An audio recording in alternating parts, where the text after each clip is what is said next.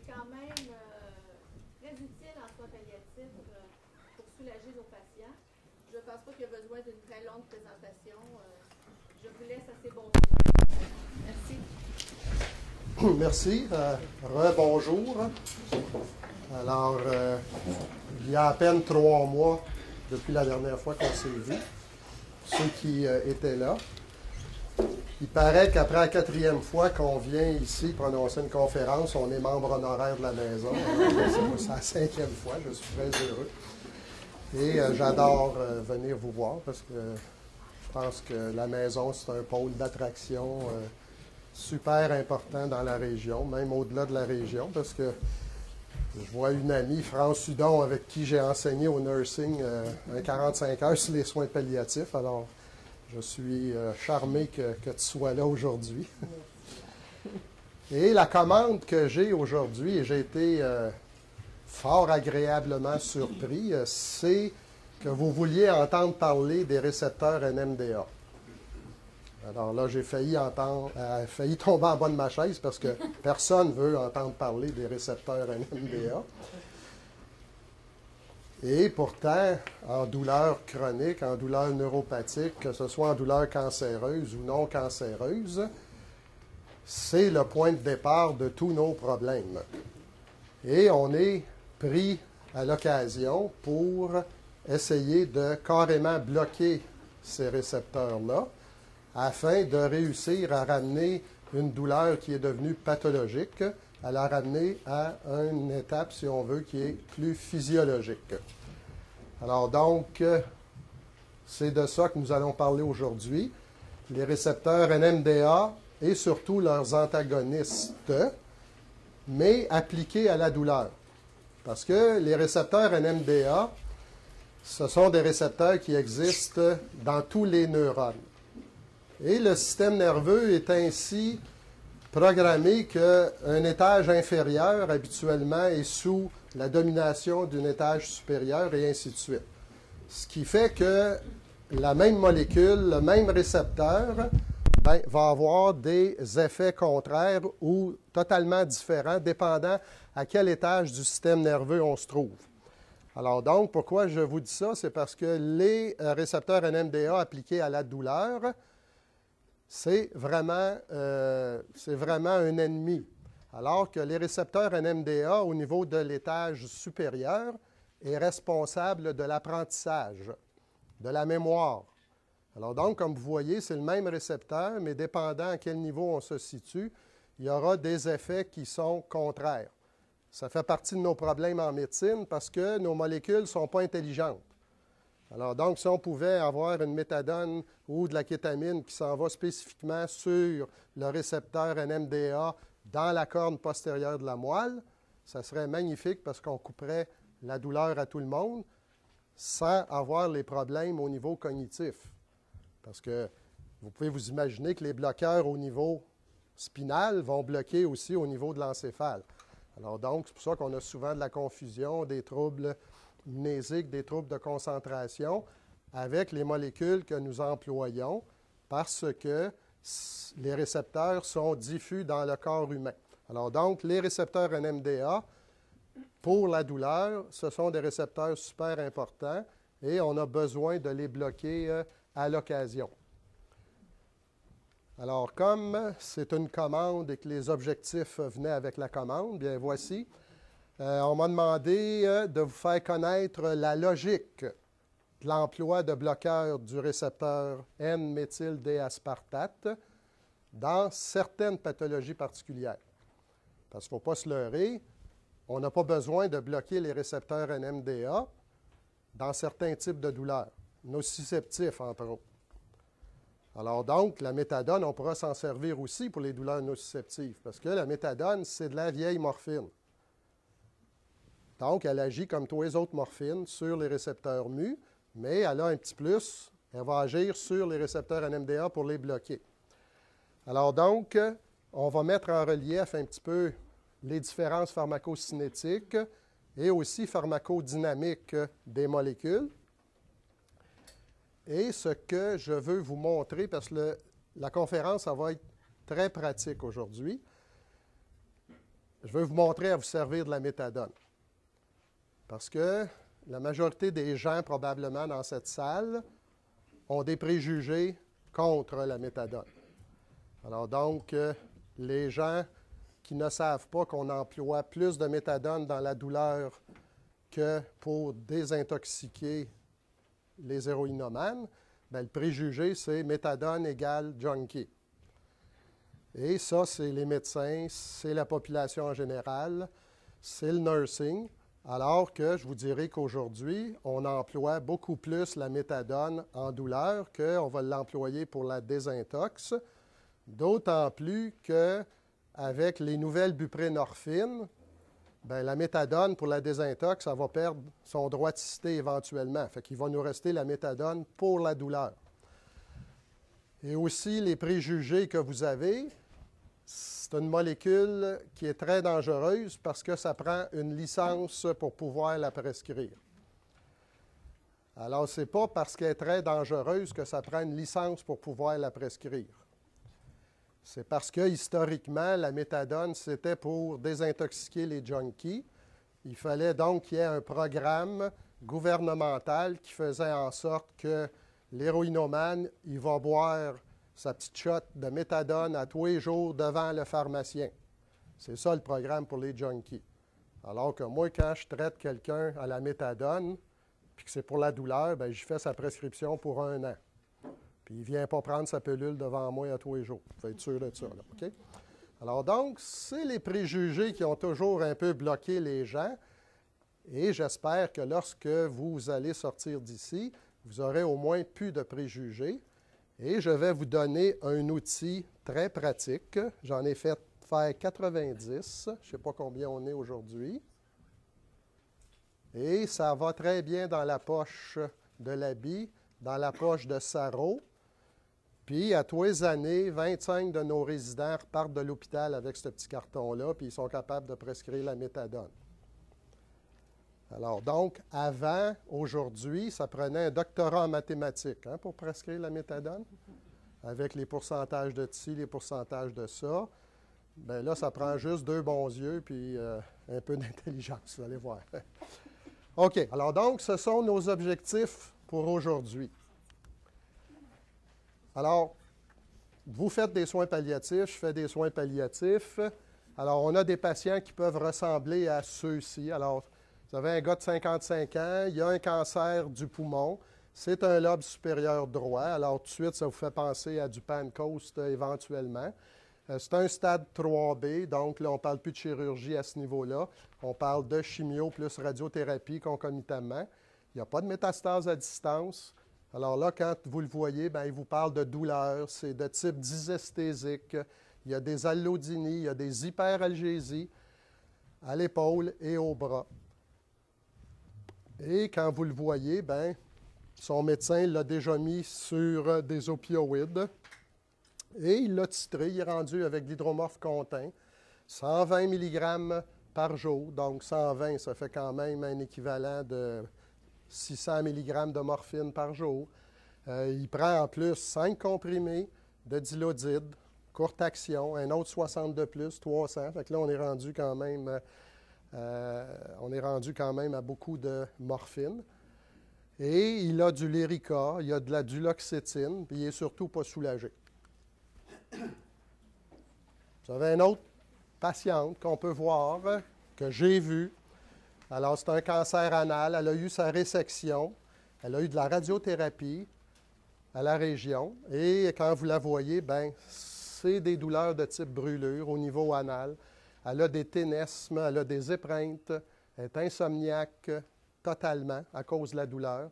Et elle est rendue avec l'hydromorphe contint le double de l'autre, alors 240 par jour plus des entredoses. Elle est au Lyrica, dose max. Elle a de l'Effexor 2,25. On y met de l'Ongan nitrol, on lui donne du Seroquel pour essayer de la faire. Puis son espérance de vie est à peu près de 3 semaines. Alors donc, c'est des patients standards pour vous autres. J'ai juste 2 slides de physiologie. Parce que ça, c'est un autre problème. Il y a toujours trop de physiologie. Puis en médecine, on est confortable quand on a des recettes. Sauf que des recettes, ça ne fait pas appel au cerveau. Ça fait appel aux yeux, puis on suit la recette. Puis on tourne la page quand on est rendu en bas de la page. Alors donc, pour comprendre la logique de l'emploi des deux molécules dont nous parlons aujourd'hui, il faut que vous compreniez ce qui arrive. Pas que vous le reteniez, juste le comprendre. Vous allez dire, ah bien, ça a du bon sens. Fait que si ça a du bon sens, bien, les molécules qu'on a pour essayer de bloquer ça, ça fait du sens aussi. Alors donc, à ce moment-là, bien, vous ne serez pas dans un noir total d'inconnu. Alors, cette slide-là vous explique qu'est-ce qui arrive quand on est en douleur aiguë trop longtemps. Hein, parce que vous savez qu'on enseigne que la douleur chronique ou la douleur neuropathique, la cause la plus fréquente, c'est la douleur aiguë mal soignée. Alors, qu'est-ce qui arrive quand une douleur aiguë n'est pas soignée et qu'elle continue trop longtemps dans le temps? C'est purement et simplement chimique. La douleur, c'est de la chimie, c'est de l'électricité. Et la douleur, ça commence au niveau de la corne postérieure. Alors donc, tout ce qui est en périphérie, il y a un neurone et son axone va aller faire un synapse dans la corne postérieure avec un deuxième neurone. Puis le deuxième neurone, lui, il envoie le message dans le thalamus. Puis là, bien, il y a un troisième neurone qui le monte dans le cortex pour l'analyser. Alors donc, la douleur, c'est une course à relais. Puis, il faut essayer d'enfarger le coureur à un moment donné. Parce que si c'était d'en bas jusqu'en haut d'un coup sec, bien là, on serait mal pris parce qu'une fois que c'est parti, ça ne s'arrête plus. Fait que là, le coureur, quand il va passer son témoin au deuxième neurone, c'est là qu'il passe. Bon, qu'est-ce qui arrive? C'est que vous savez que le message électrique qui va partir de la périphérie, quand il arrive au bout de son axone, il faut qu'il soit transformé en un message chimique. C'est ça, les neurotransmetteurs. Et l'électricité fait en sorte que les petites vésicules qui contiennent du glutamate se vident et dans la fente synaptique, donc entre le premier neurone et le deuxième neurone, elles vont traverser et vous voyez qu'il y a des récepteurs sur le deuxième neurone.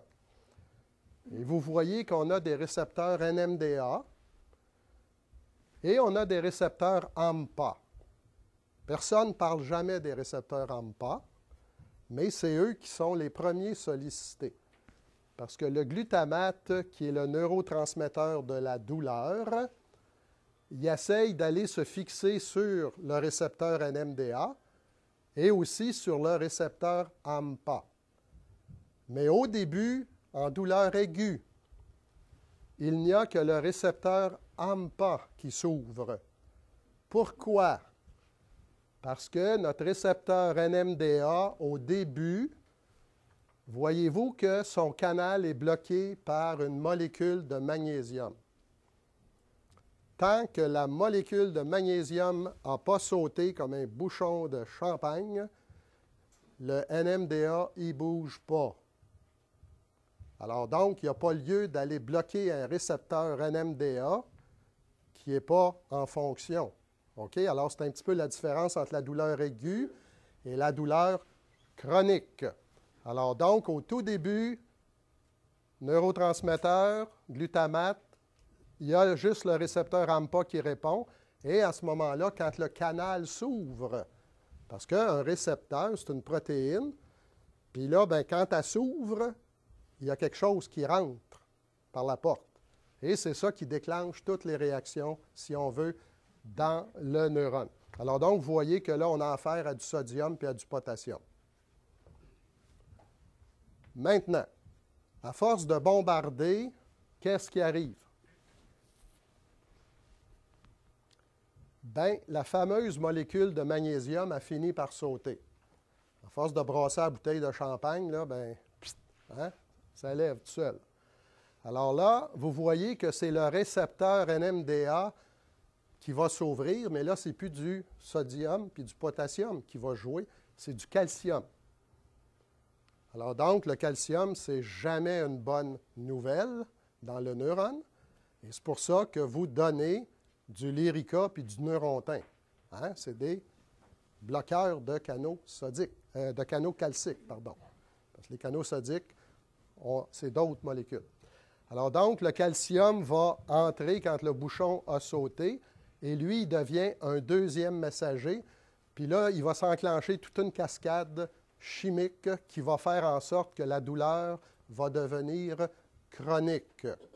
Et comment elle devient chronique? Bien, c'est tout simplement que la paroi du neurone va rester dépolarisée. Parce que le calcium va venir jouer sur une protéine kinase qui va aller jouer sur la substance P, rétrograde. Et la substance P, c'est le deuxième neurotransmetteur de la douleur. Alors, la plupart des gens, vous connaissez la substance P, au moins de nom. Alors, les gens disent substance P pour pain. C'est pas ça pantoute, c'est parce que c'est une petite protéine. Alors, donc, retenez-le quand même si ça vous va. Et la substance P, bien, c'est elle qui va dépolariser de façon continue la membrane. Donc, c'est comme si l'électricité, là, il n'y avait plus rien pour la bloquer, parce que vous savez, un neurone, il faut qu'il se dépolarise, il se repolarise, il se dépolarise, il se repolarise. Donc, il y a toujours un petit délai, alors que là, à un moment donné, c'est comme si on mettait le courant continu là-dessus.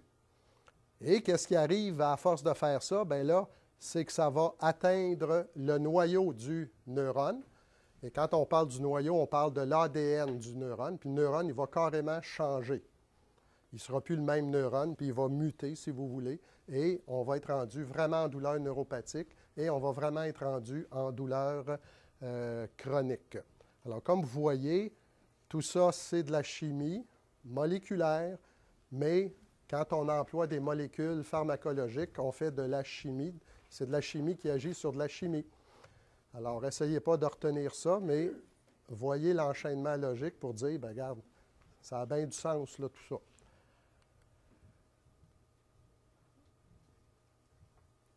Et je ne l'ai pas inventé. C'est Brokoff qui a fait ça. Okay. J'ai joué un peu avec sa slide. OK. Alors, j'ai dit que je vous amenais un son et lumière. Là, on est rendu dans la corne postérieure. Et ce que je vous ai montré, c'est ce qui se passait dans ce petit intervalle, dans cette fente synaptique-là. OK? Mais il faut penser que dans la corne postérieure, c'est le portillon. Alors, vous êtes familier avec le mot portillon? Oui. Alors donc, tous les signaux de douleur, ils arrivent tout en masse, puis là, ils se bloquent sur le portillon parce que le portillon, lui, il en laisse passer juste quelques-uns. Comme quand on prend le métro, là, tu sais, puis qu'il y a une porte tournante. OK? La filée est toute là, tout le monde arrive en même temps, mais il va en passer juste quelques-uns à la fois. Alors donc, le portillon, bien, c'est la fibre de la douleur, c'est notre deuxième neurone, mais on a aussi des fibres qui redescendent de la région supraspinale. Et ces fibres-là, bien, produisent de la noradrénaline, de la sérotonine et de la morphine. Hein, parce qu'on produit de la morphine dans le cerveau. Elle ne reste pas dans le cerveau, elle redescend le long de son axone, puis elle s'en va dans la corne postérieure. Et le but de ces faisceaux, donc de ces contrôles inhibiteurs de la nociception, c'est d'enfarger le porteur du bâton là, à cet endroit-là. Alors donc, ils vont jouer sur des récepteurs mu, des 5-HT, puis des récepteurs noradrénergiques. Fait que quand vous donnez des antidépresseurs, c'est parce que vous voulez bloquer la douleur au niveau de la corne postérieure. La douleur physique, c'est là, puis la douleur morale, la dépression, c'est là. Fait que c'est pour ça que les molécules qui agissent là, bien, ils agissent en bas aussi. Alors, quand on parle, nous, de douleur totale, globale et de souffrance, bien, c'est sûr que nos inhibiteurs de recapture de noradrénaline, bien, ils ont un effet aux deux niveaux aussi. Et vous savez aussi que le portillon, c'est le point d'arrivée de fibres qui viennent de la périphérie, des fibres qui veulent bloquer justement le deuxième neurone aussi. Alors donc, ce sont des grosses fibres qui fonctionnent avec le neurotransmetteur GABA et ils ont des récepteurs aussi spécifiques. Alors, quand vous vous faites mal, puis que vous vous frottez, puis que la douleur disparaît, bien, c'est grâce à ces fibres-là qui vont bloquer le message à ce niveau-là. Alors, ça, c'est la corne postérieure. Qu'est-ce qui se passe dans la corne postérieure? Alors, ce qu'on a expliqué, on a des acides aminés excitateurs, donc le glutamate, qui veut enclencher son NMDA, qui va aller enclencher la substance P, qui va aller sur des récepteurs neurokinines. Il va se passer un wind-up. Alors donc, c'est le point de départ du processus de la douleur. Une fois que le NMDA est enclenché, il va enclencher d'autres substances, des protéines kinases.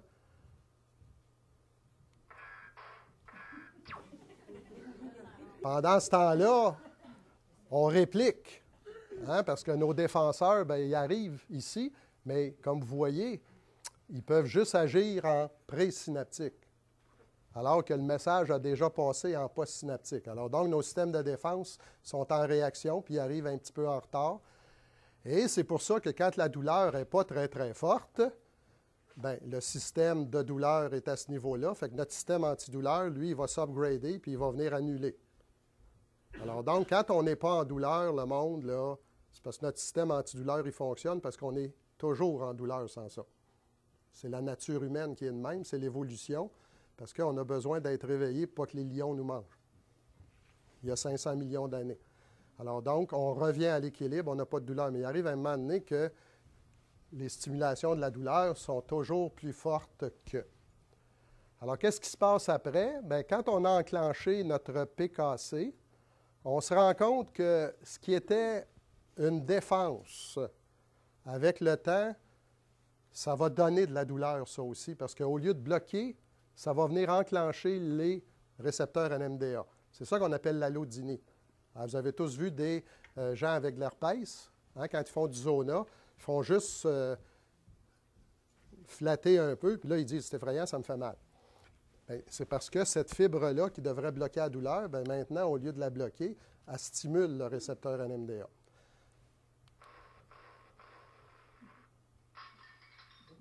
Pow! Là, on est dans le trouble, OK? Parce que la PKC, elle, a fait fabriquer par le neurone des nouvelles substances qui, en temps normal, là, le neurone ne fabrique pas. Il fabrique des prostaglandines. Il y a à peu près 83 sortes d'anti-inflammatoires non stéroïdiens sur le marché. Il n'y a pas un maudit qui passe la barrière hémato-encéphalique. C'est pour ça que ça ne marche pas, les anti-inflammatoires en douleur chronique et en douleur neuropathique. Fait que là, ceux qui prescrivaient des anti-inflammatoires là, pour des douleurs neuropathiques, ça ne sert pas à grand-chose. Ensuite, quelque chose qui est de plus en plus important qu'on voit, c'est l'oxyde nitrique. Vous connaissez l'oxyde nitrique pour la pression, pour le cœur, puis on développe des produits pour baisser la pression qui vont bloquer à ce moment-là au niveau de l'oxyde nitrique. Mais dans le neurone, l'oxyde nitrique, c'est un gaz. Donc, il diffuse. Hein? Et qu'est-ce qu'il fait? Il sort de la cellule puis il vient stimuler par en arrière le NMDA. Fait, comme vous voyez, en douleur chronique puis en douleur neuropathique, ça tourne tout seul parce que les substances qui sont produites réenclenchent le processus de façon continue. Ce qui fait que, à un moment donné, là, vous n'avez plus de système de défense qui marche, qui vient de la région supraspinale. Vous n'avez plus besoin de recevoir des influx de douleur parce que le NMDA qui est là, il va toujours continuer à faire produire ces choses-là. Est-ce que vous êtes convaincu que le NMDA, c'est une peste? C'est la peste. OK. Pas besoin de retenir ça. Mais si vous retenez que des fois, il faut le bloquer pour enlever tout le processus pathologique, bien, vous allez vouloir vous servir de la kétamine, puis vous allez vouloir vous servir de la méthadone à ce moment-là. OK. Alors, on revient à la clinique. Ça, c'est l'arsenal thérapeutique que nous avons en douleur, qu'elle soit cancéreuse ou non cancéreuse. Parce que moi, je travaille dans les soins palliatifs, mais je travaille dans une clinique de douleur aussi non cancéreuse. Et je vais vous dire que c'est les mêmes médicaments qu'on emploie, mais de façon souvent différente. Alors, dans notre arsenal thérapeutique, bien, vous savez que nous avons les opioïdes ordinaires, entre guillemets. On a les gabapentinoïdes. On a aussi les anciens tricycliques. On a le tramadol. Maintenant, le Nucynta aussi, hein, qui vient d'arriver sur le marché, là, qui sont des molécules qu'on peut employer. Dans une deuxième ligne, bien, lorsqu'on manque de molécules ou pour des raisons X, on ne peut pas les donner, bien, on a quand même des molécules qui peuvent être substituées. Alors donc, le Dopamax, le carbamazépine, le Keppra, etc. Depuis quelques années, le duloxétine, qui a fait son apparition, a l'indication officielle pour les douleurs polynévritiques, donc pour certains types de douleurs neuropathiques. Alors donc, on est moins gêné d'appliquer. Oui? Cymbalta. Oui? Ah, qu'est-ce que tu m'as demandé, excuse? Cymbalta. Ah, OK. Non, merci. Ça va disparaître vite, tu vas voir. OK. Alors, vous voyez qu'en soins PAL, ben, on n'a pas de réticence à employer les delta 9 THC, hein? Alors que ce soit sous forme de Sativex, ou que ce soit sous forme de Marinol, ou que ce soit sous forme de Sésamètre. Et finalement, bien, vous avez aussi d'autres options, dont les antagonistes des récepteurs NMDA. Alors, ça fait vraiment partie de notre arsenal thérapeutique. Alors, qu'est-ce qu'on a dans notre pharmacopée qui a un effet plus ou moins grand? Alors, beaucoup moins grand, bien, on a la mémantine, la mantadine, on a le sulfate de magnésium, on a le dextrométhorphan.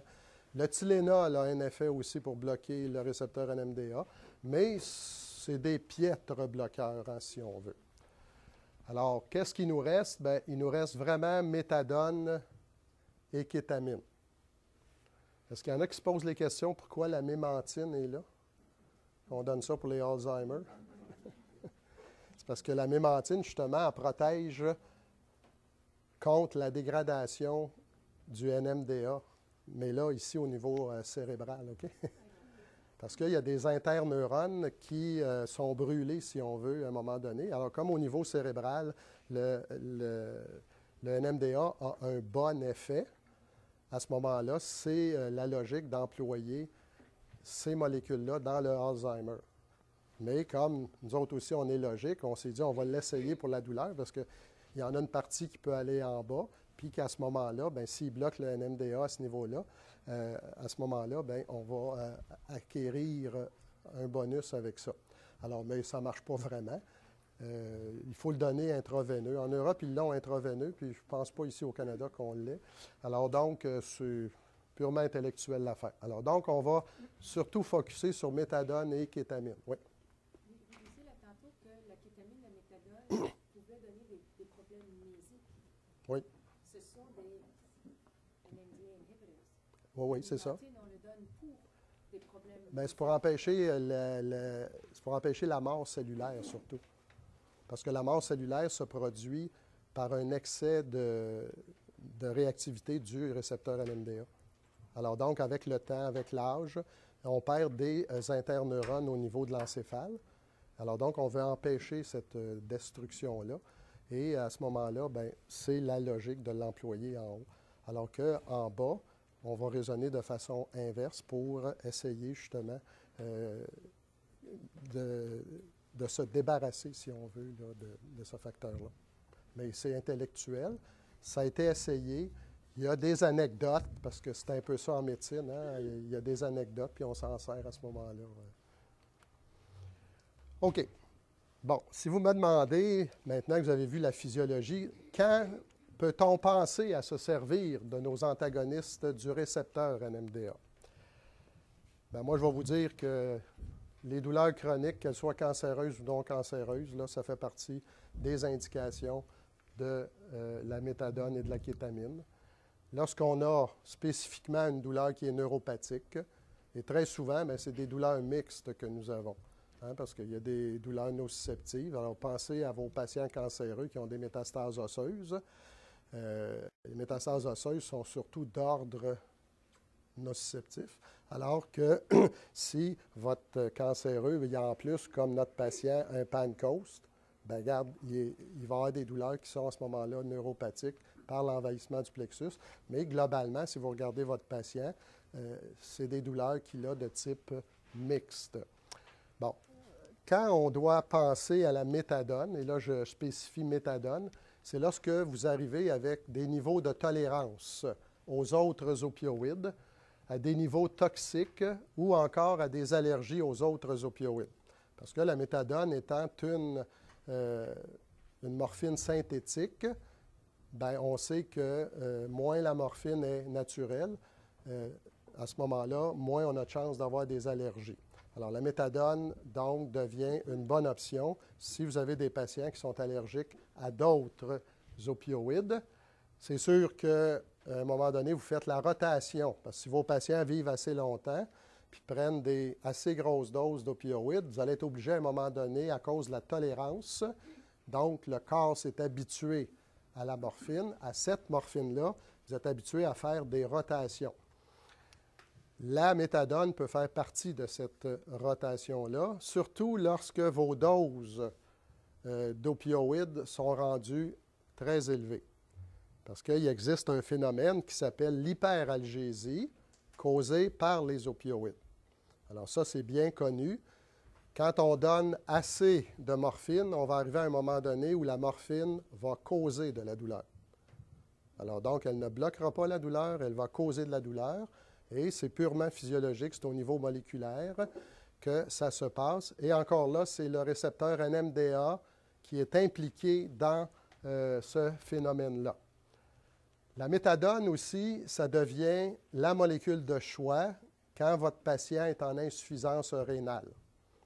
On n'a pas besoin des reins pour éliminer la méthadone.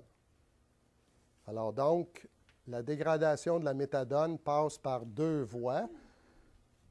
On peut l'éliminer de façon urinaire et on l'élimine aussi par voie hépatodigestive. Alors donc, dans la bile qui tombe dans l'intestin puis qui va être éliminée dans les selles. Alors, si on n'a pas de rein, c'est la deuxième voie qui va prendre le dessus. Alors, même chose en occlusion intestinale. Si les patients sont en occlusion, bien, il va leur rester les reins pour éliminer leur méthadone. Alors donc, dans le fond, c'est une molécule qui est très sécure au point de vue pharmacocinétique avancé. Là. OK? Bon, c'est sûr que l'indication première, qui était l'abus des opioïdes, demeure. Alors donc, si vous avez un patient qui a le cancer, mais qui était un ancien héroïnomane, ça devient effectivement une bonne molécule pour ce patient-là, tant pour le soulager que pour pas qu'il revive ce qu'il a vécu. L'hyperalgésie, on en a parlé. Et la kétamine, bien pour moi, c'est si on ne sait pas manipuler la méthadone, parce que, pensez-y, la kétamine, c'est un bloqueur pur du NMDA. Ce n'est pas de la morphine, hein, la kétamine? Alors, c'est un bloqueur pur. Fait que si votre patient a déjà une morphine ordinaire, que ce soit du fentanyl, du dilodide, du supédol ou de la morphine, bien, quand vous allez rajouter de la kétamine, c'est comme si vous venez de vous fabriquer de la méthadone aussi. Tout le monde est d'accord avec ça? Mais c'est plus compliqué. Il faut mettre une benzo par-dessus parce que la kétamine, elle a quelques petits revers. Fait que là, on est poigné avec 3 molécules au lieu qu'on pourrait en employer seulement qu'une. Et manque de temps. Parce qu'il y a déjà des gens qui ont véhiculé, n'ont pas besoin de méthadone, on a la kétamine. Bien là, ça dépend où on pratique.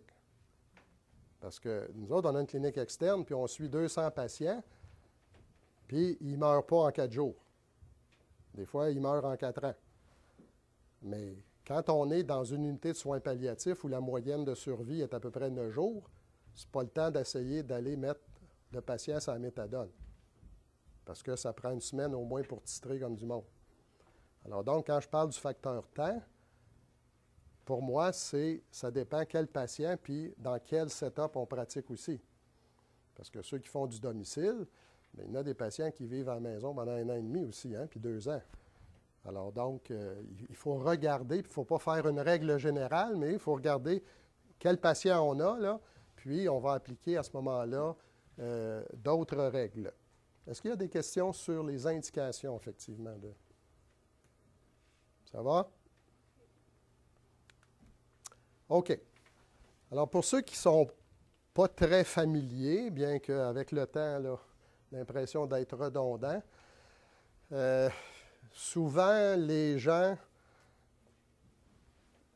c'est des joueurs de Scrabble. Hein? Ils font des beaux mots, mais ils ne savent pas ce que ça veut dire. Bien, des fois, avec la morphine, c'est la même chose. On connaît tous les noms des morphines, mais souvent, les gens ne savent pas à quoi ça correspond.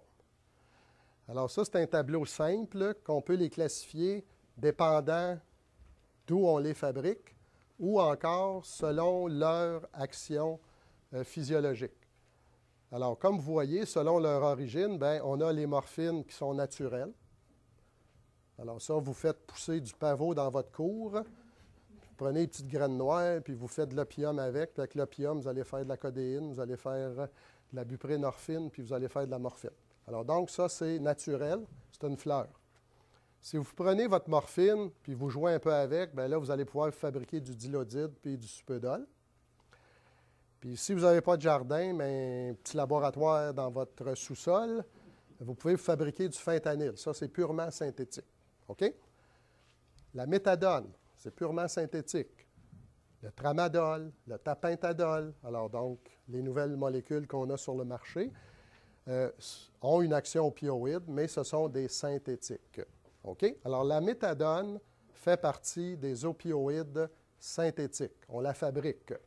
L'autre façon de les classifier, c'est ce sur quoi ça joue. Donc, en fonction du récepteur. Et tous les opioïdes, pour s'appeler opioïdes, il faut qu'ils aient une action sur le récepteur mu. S'il n'y a pas d'action sur le récepteur mu, ce n'est pas un opioïde. Bon. Puis là, le récepteur mu, lui, bien, si on le chatouille et qu'il réagit, c'est un agoniste.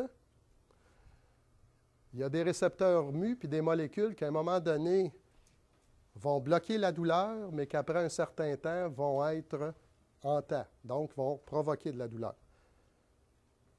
OK? Le Talwin, le Nubain, pour ne nommer que celle-là. C'est pour ça qu'on les emploie en douleur aiguë, mais on ne les emploie pas en douleur chronique, parce qu'ils vont devenir antagonistes à un moment donné. Il y a des agonistes partiels. Alors, quand le Butrans est sorti, hein, les patchs de Butrans, la buprénorphine vient de l'opium, la thébaïne, que je n'ai pas marqué, mais on fabrique de la buprénorphine avec, mais c'est un agoniste partiel. Il chatouille le récepteur mu, mais il se produit moins de choses qu'avec les autres morphines. Mais comme la demi-vie est très, très, très longue par rapport aux autres morphines, bien, la buprénorphine est plus puissante que la morphine ordinaire à cause de sa cinétique, même si c'est un agoniste partiel.